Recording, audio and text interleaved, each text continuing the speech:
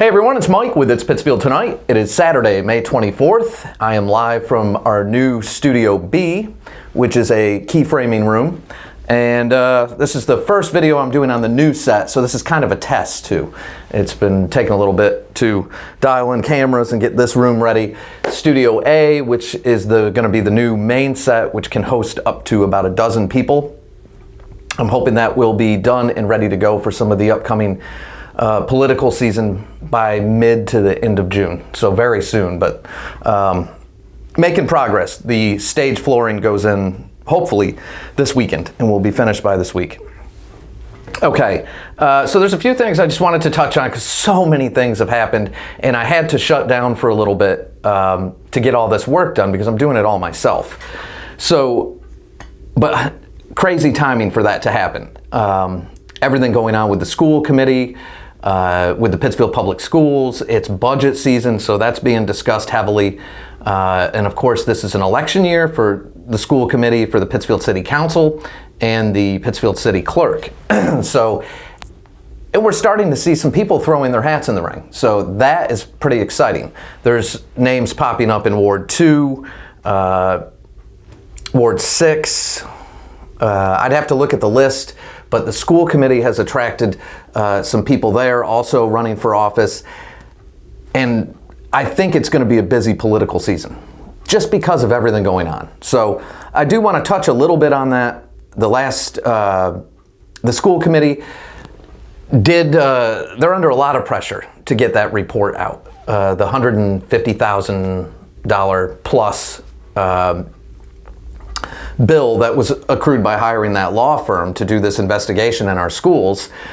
And it's been not an easy task trying to get information released. So I know that I believe the courts got involved. There's something coming out. There's something coming out. I don't know if it's going to be what everybody wants, but we are getting something.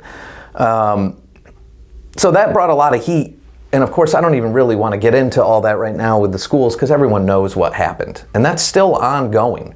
We still have a dean of students that was arrested and is being charged with trafficking cocaine. And that's not even, I mean, there's so much to go down the road with this. But the good news is we have a new interim superintendent that was selected, Latifah Phillips. And that was the person, after I watched the interviews of the three candidates they were interviewing for interim, and she was by far my favorite.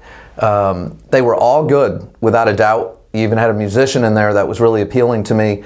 But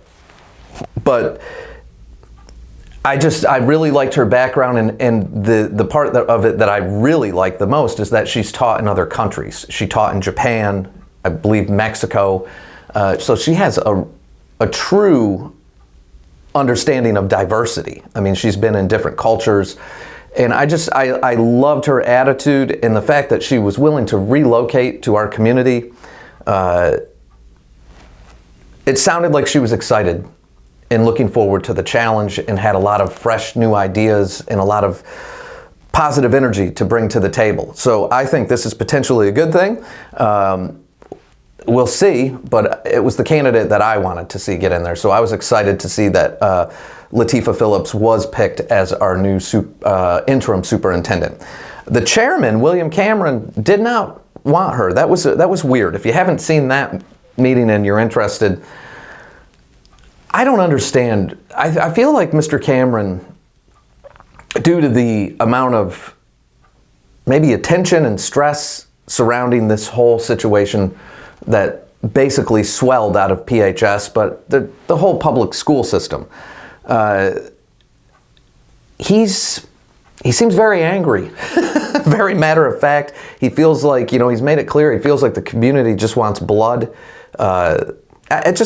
His attitude and approach towards it, I thought was strange.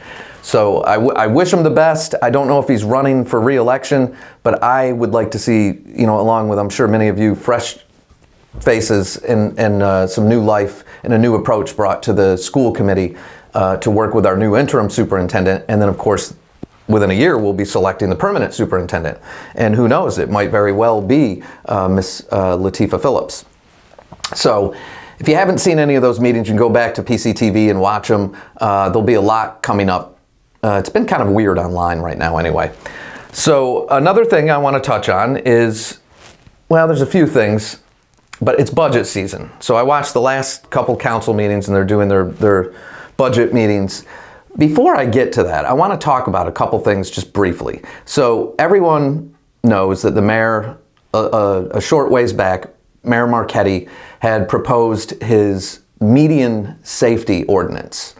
And he ended up getting attacked pretty heavily on that people were saying it was a full-blown attack on poor people. I personally didn't see it that way, and I know Mayor Marchetti enough to know that that's not who he is as a person. I do know the amount of complaints and phone calls and from constituents that are constantly were contacting City Hall about panhandling out in the medians. And that it is panhandling that fueled that. I mean, we can say it was about anybody holding a sign, but it was panhandling that fueled that. And the way I understood that one, it wasn't against panhandlers. It was 5 locations. When I read the ordinance proposal, though, I was against it because of Park Square. I didn't like that part of it. I felt like, wait a minute, that doesn't make sense. Some of these little tiny thin median strips, you can't tell me it's not dangerous to just be standing there in the middle of the road. But, you know, people at that meeting kept coming up saying, if there's no data to show that anybody's been injured or it is a safety issue, what's the problem? So, you know, hopefully there isn't. Overall, is it our biggest problem? Far from it. But anyway, the mayor was attacked pretty heavy on that. And I honestly believe Mayor Marchetti was just trying to find middle ground and maybe even thought that would start a conversation. It didn't. It ended up just dropping the whole thing and that's it. We're not talking about it anymore. Then after that, recently, but within a few weeks after that, he proposed his, I don't know what it was, a camping ordinance? But it was basically, I think, again, derived from the amount of complaints of people saying, you know, there's tents in our parks and there's human waste and there's needles and you can't be, you know, because technically, is it illegal? Is it an ordinance or law that you can't camp in a park? I believe so. I believe that's already illegal. I'm not positive on that, but I believe that is. I don't know if it's a law or an ordinance. Because you're not supposed to be camping, you're not supposed to be bringing in propane, you're not supposed to be bringing in wood from other locations because you can transmit insects and things like that. That could be environmental issues. There's a whole list of rules and regulations that go with public parks. But anyway, when I read that ordinance, I was against that one too because it was very confusing to me and it almost seemed like it was written for an inner city where maybe they have limited public park space or something like that and they had something going on. It didn't seem like that was written for our community, that it's the Berkshires. Outdoor activity and camping is a big thing, and the way I read that ordinance, it sounded like if you had a tent on your own yard for more than 3 days that you could be subject to somebody coming and investigating or asking you what you're doing. I don't know. That it seems strange to me, and I don't know if I just misinterpreted that. If I did, I know I did along with a lot of people. But, you know, I look back to when I was a little kid, if I could spend the whole summer in the tent in my yard, if I was allowed to, that's where I wanted to be. So I didn't feel like any of that applied to us. And you know, it was what it was, but the mayor was attacked pretty heavy on that one. Again, I think Mayor Marchetti was trying to find some kind of common ground to address everyone, but the people that showed up to those meetings, they heavily attacked him, and since I've been doing this, I never thought I'd ever hear anyone call Peter Marchetti a Nazi, a right-wing extremist. I mean, he was being called things that I went, oh my God. That's stuff everybody's said about me that don't like me over the years. It was strange hearing that, and I know none of that's true. I mean, to call Peter Marchetti a Nazi because of those things, I thought that was ridiculous. Some of the showboating and grandstanding at those public speaking segments of the meetings are unnecessary. Why do people feel it's okay now to be able to get up and use vulgarity And, you know, I get it if you're mad and emotional about something, but you're going to get up there and scream and cry and then use the drop F-bombs and use vulgarity and call counselors names and then storm out of there. Like one guy, you know, he walks away from the podium like it's his mic drop moment. That's not what public speaking's for. It's a platform for everyone to be heard. But I mean, if that's how you're going to use it, that's how you're going to use it, I guess. But it just seems like if that continues with some of the language and some of the things, there's probably going to have to be a delay, which maybe PCTV should be doing. I don't know. I don't know how that's going to work. But I'd hate to see some new rules coming up because people feel the need to continually get up there in front of the mic when it's on community access, you know, and start using vulgarity, and more than vulgarity, using hateful speech towards some of the counselors and the mayor. I don't think any of that is necessary. And of course, there's always those who want to attack our police they get blamed for everything. There were people blaming them for that, which they had nothing to do with this. But anyway, I hope that stops. I really honestly do. I hope that stops. But there's a ton coming up. So I know I'm mumbling, I'm wicked overtired, but I needed to get some kind of video out, and there's been so much stuff going on. So pay attention to these meetings, pay attention to the budget. I have to touch on that. So yes, this is gonna be a long one, I guess. The budget, a couple things I have to mention because it is amazing that the city now is at a $226 million a year budget. And I've said this a couple of years ago, it's gonna be a blink of an eye, and we're gonna be at $250 million. We're going up on average 5% a year. And when you look at what's happening, because I was looking at some data, I think it was 2012, we were at 126 million. 13 years later, we went up $100 million on the city budget. And I know a lot of things have changed, and you do have a community that screams for services all the time. We need more of this, we need more of that. We've grown city government. It seems like we're always adding new positions. Even watching the budget hearing last night, new positions and departments being added for services. We hear that all the time. It's almost like you're seeing a gentrification of the community. And we are in a way, and I don't mean that, take that how you want, but I mean, you look what has happened with trying to obtain home ownership, for a lot of people trying to obtain an affordable rental. The cost of living here, the cost of utilities, it's incredibly expensive to live here, limited resources, and you know, you have Berkshire County is the third oldest county in the state of Massachusetts as far as median age demographic. The average age for the county is almost 50 years old. It's mid-40s for Pittsfield. So you're not going to see, I can't imagine you're going to see any kind of industry coming here where it would require labor and young people.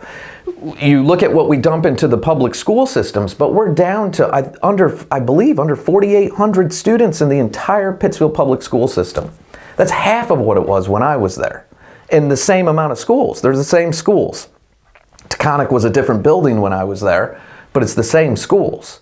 When human resources budget was being discussed last night, look at that. The increase is there. And a couple counselors, Counselor Cavey voted against that, and I believe Counselor Wren did. That's one where, talk about pay raises. Our head of human resources, I think going back 5 years ago, he got a 17.5% pay raise, then a 5%, then a 6%, then a 3%, then a 7%, now another 7%. Imagine getting raises like that all the time. It's you know, and it's not knocking these things, but we're growing government here so much that, you know, the city of Pittsfield itself is the second largest employer in the city of Pittsfield. Only second to Berkshire Health Systems. And it almost seems like eventually at this trend, because the Berkshires has become a new hotspot for summer homes and second homeowners, you know, during the season. And you do have a lot of culture and stuff returning to the Berkshires. But again, it's become a hotspot for a lot of those people coming in from the cities. And you can see it happening. Eventually you're going to have the people, the full-time residents are going to be city employees and Berkshire Health System employees. And then the rest is what's left over of service industry, restaurants, plumbers, stuff like that. I don't think you're going to see industry here. Your homeowners, you're seeing a lot of these people coming in from the city. I have friends that live in Manhattan that pay $1,000 a month to park their car. So when they come up here to the Berkshires and they go, wait a minute, that big 4-bedroom house on 1.5 acres of land, and I can buy that for $550,000? To them, it's crazy. And we're so close to these cities, and the improvements in transportation. Our airport is a key part of this. And it definitely is. That's what, a 17, 18-minute flight, something like that, from Pittsfield to Manhattan. I don't know, I could be off by a couple minutes, but it's a very short flight. And I believe they charter there all the time, maybe every day. I believe. I'm not positive on that either. I could find out. But you can see what's happening. We're increasing services, and again, you have the city of Pittsfield competing with Berkshire Health Systems as the second largest employer. You have a large senior citizen population and an old median age and one of the lowest household median incomes. I think we're under $60,000 for a household median income. I should double check that. It's low. And when you see city employees going, okay, so now this one's up to $129,000, this one's up to, it is because it's, 3 to 4 times, if not more, than what the average resident is bringing in of that demographic. So, of our full-time residents. So anyway, there's so much going on. A lot of that caught my eye. I get it. I don't see, at the same time, I don't see reducing the budget. I get that things changed. The more services people want, the higher minimum wages people want, the better health insurance people want, all these other costs and that are out there, they cost money in that budget. There's no way for it to go down. I don't know. So people should be paying attention to all that. But again, it's a campaign year and there's going to be a lot happening. And this is a long video. I'm kind of mumbling, but whatever. It is what it is. So, I've been up all night and I finished part of the other studio. We're getting there. There's ceiling lighting rigs that are going in over that stage and a whole bunch of stuff coming. And some new shows and a new one I'm really excited about. I'm not going to drop I'll drop some hints on it now. I'm not going to say totally what it is, but I'm really excited and it's going to be a game changer for the channel because, you see everyone starting to pick up these podcasts and we have a small community with limited people, limited guests. So you kind of got to try to stay ahead of the curve, and that's what I'm going to try to do. I'm really excited with what I have planned with a couple other people. So all right, that's it for now. Pay attention if you're running for office. Like I said, by June, I'm going to start reaching out and booking some interviews and stuff like that. I'm just waiting for that main studio set to get done in Studio A, and we'll take it from there. But you can reach out, leave me your information if you're interested, and I will get back to you. To all of you, it's Memorial Day. The weather isn't all that great. It's Memorial Day weekend, I should say. Remember, Memorial Day is in memory of those that gave their life in service of this country. So people like me could do this, so we could have freedom of speech, so we could vote, so we could decide, so we could debate and argue. Our rights are super important. So remember that also when you're celebrating this weekend, that a lot of these rights we have are solely because of the people that put their lives at risk and then those that actually gave their life serving this country. So have a safe and happy weekend. By Monday, it looks like it's going to start warming up and maybe we'll start getting some spring weather. I hope so. Maybe in our case this year, it's May showers, might bring some June flowers. We hope so. So take care of yourselves, take care of each other, and I'll catch you all in the next few days.